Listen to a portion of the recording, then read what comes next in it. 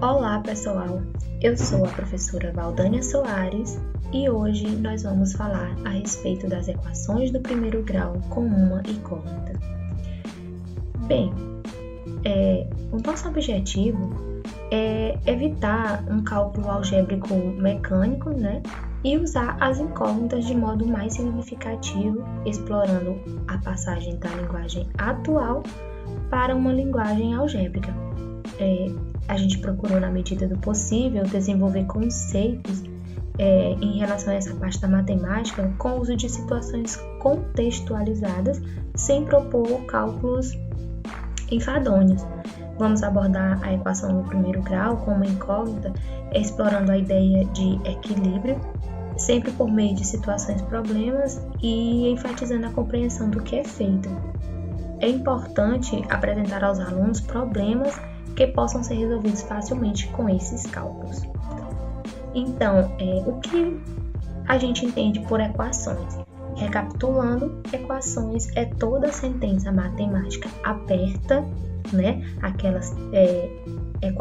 sentença que a gente não tem uma variável e a gente não consegue avaliar se ela é verdadeira ou falsa, e que exprime uma relação de igualdade que contém pelo menos uma letra ou mais que represente números desconhecidos. Essas letras são chamadas de incógnitas, normalmente representadas por uma letra do alfabeto. A palavra equação tem o prefixo equa, que em latim quer dizer igual. Aqui tem uns exemplos para ficar melhor da gente compreender. E também comparações do que é equação e o que não é equação. Então, nós temos aqui os modelos de equação com uma variável e respeitando a igualdade.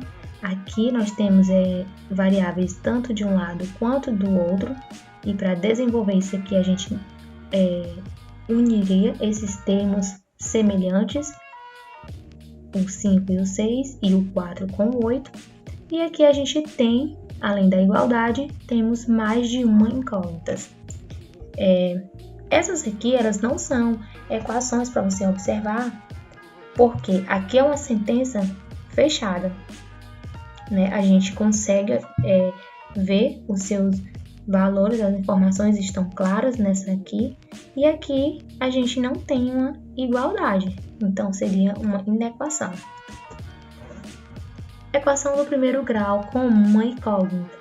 As equações do primeiro grau são sentenças matemáticas representadas sob a forma de A, x mais b igual a zero, onde o A é um coeficiente numérico, o b também, e o x ele é uma incógnita, Sendo que é importante a gente observar que este A ele precisa ser diferente de zero, ok, turma? E aqui a gente tem mais uns exemplos para a gente observar. 5x menos 35 igual a zero, 3x que é igual a 12, professora, e cadê o coeficiente b? Aqui seria um zero, tá? Então, por ser zero, eu não preciso colocar. E 5x mais 17 igual a 45. Solução ou raiz de uma equação. Então, em uma equação com uma incógnita, quando vamos calcular o valor da incógnita que torna a sentença verdadeira, dizemos que descobrimos uma solução ou uma raiz daquela equação, tá? Vamos analisar essa equação aqui, 4x mais 7 igual a 3. Quando eu substituir o x por algum número, vamos dizer que o x ele assume o valor de 5. Então, quando eu substituir, a gente tem que 4 vezes 5 mais 7 é igual a 27. Então, não é verdadeiro. O x ele não pode assumir esse 5, porque o 27 ele vai ser diferente de 3. Então, logo, eu sei que 5 não é uma solução para esta equação. E quando o x ele assumir um valor de menos 1, quando a gente substituir, vamos ver no que vai dar. 4 vezes menos 1 mais 7, eu vou ter menos 4 mais 7, faz o jogo de sinal, diminui e conserva o sinal do maior. Logo, eu vou obter o resultado 3 e 3 vai ser igual ao meu 3, respeitando a igualdade. Então, eu posso dizer que esse menos 1 ele é uma raiz de uma equação, desta equação, ok? E então é basicamente isso, pessoal. Resolver uma equação, ela significa determinar todas as soluções para ela no conjunto universo considerado, né? O que eu quero dizer com isso, mais adiante a gente vai ver aqui. O conjunto universo e o conjunto solução de uma equação. O meu conjunto universo, ele é representado pela letra U e ele é todos os valores que podem ser atribuídos à minha incógnita, seja o conjunto dos inteiros, né? O conjunto dos reais, o conjunto dos números pares, o conjunto dos números ímpares. Então, esse é o meu conjunto universo. O meu conjunto solução é quem vai estar dentro desse conjunto universo. Olha só, pegando um gancho aqui no exemplo anterior, a gente tem a equação 4x menos 7, né? E ele diz aqui que o meu conjunto universo é dos números inteiros e meu conjunto solução menos 1, porque foi isso que a gente achou. Olha só, o x, quando ele assumiu o valor de menos 1, né? Ele tornou esta equação verdadeira, porque a gente conseguiu obter esta igualdade aqui. Seguindo adiante, vamos lá. Olha só a dica aqui, fique ligado. Então, eu trouxe essa imagem para a gente poder comparar a igualdade entre dois membros de uma equação ao equilíbrio entre os dois pratos dessa balança aqui, tá? A gente pode imaginar que cada um desses membros dessa equação, elas representam um dos pratos da balança, né? Esse membro aqui é esse prato e esse membro aqui é esse prato aqui. Então, com isso, a gente pode utilizar essa ideia de equilíbrio e resolver as equações pelo princípio da equivalência, que é o que a gente vai conhecer agora. Princípios da equivalência. A gente tem um princípio aditivo, que diz o quê? Podemos somar ou subtrair uma mesma quantidade nos dois membros de uma equação e a igualdade permanecerá verdadeira. E a gente também tem o princípio multiplicativo, onde a gente pode multiplicar ou dividir os dois membros de uma equação por um mesmo número, diferente de zero. Importante isso aqui. E a igualdade permanecerá verdadeira. Olha só esse exemplo que eu trouxe. 6x menos 2 igual a 16. Aqui, eu apliquei o princípio aditivo das igualdades, que eu adicionei 2 de um lado e também 2 de um outro. Aqui vai zerar quando menos 2 mais 2, né? E aqui somando vai dar 18. Mais adiante, eu multipliquei tanto um lado quanto o outro por 1/6. E aqui ficou 6x dividido por 6 e 18 dividido por 6, tá? Então, aqui ficou x e aqui ficou 3. Sendo assim, minha solução para esta equação é x igual a 3. Tá bom? Então, veja só.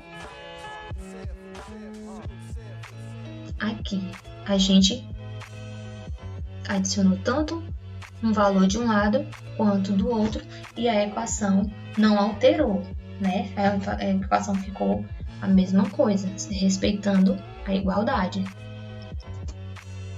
E aqui eu trouxe uns exemplos para a gente praticar, né? O que a gente aprendeu. Eu tenho que 20x menos 60 é igual a 5x. Como eu resolveria aqui? Eu vou unir esses termos semelhantes. Quem são meus termos semelhantes? Eu tenho 20x, que tem uma incógnita, e tenho 5x, que tem uma incógnita. Esse valor de 5x eu vou trazer para o primeiro membro, lembrando que quando eu trocar de membro, eu também troco de sinal. Ele está positivo, ele vai vir negativo.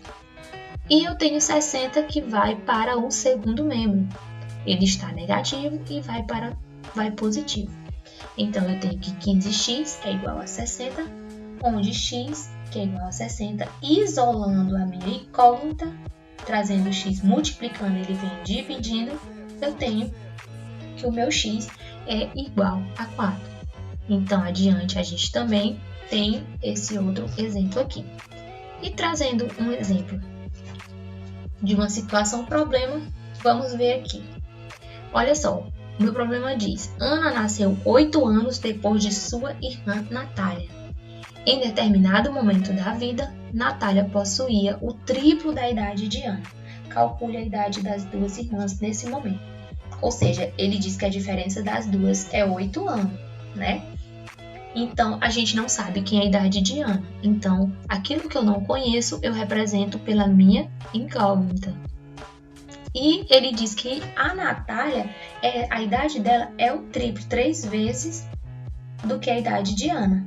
Então, quando eu montar a minha equação, vai ficar assim. Eu tenho que a Natália é 3 vezes a idade de Ana, que é igual à idade de Ana, mais 8 anos da irmã. 8 anos da irmã. Quando ela nasceu, a irmã já tinha 8 anos. Então, quando eu vou unir meus termos semelhantes, olha só, 3x menos x. Olha só, lembra do que eu disse no começo? Que a diferença da idade delas era igual a 8, né? Então, eu vou ter aqui, ó, 3x menos x, que é igual a 8. Onde 2x vai ser igual a 8 e x vai ser igual a 8 dividido por 2.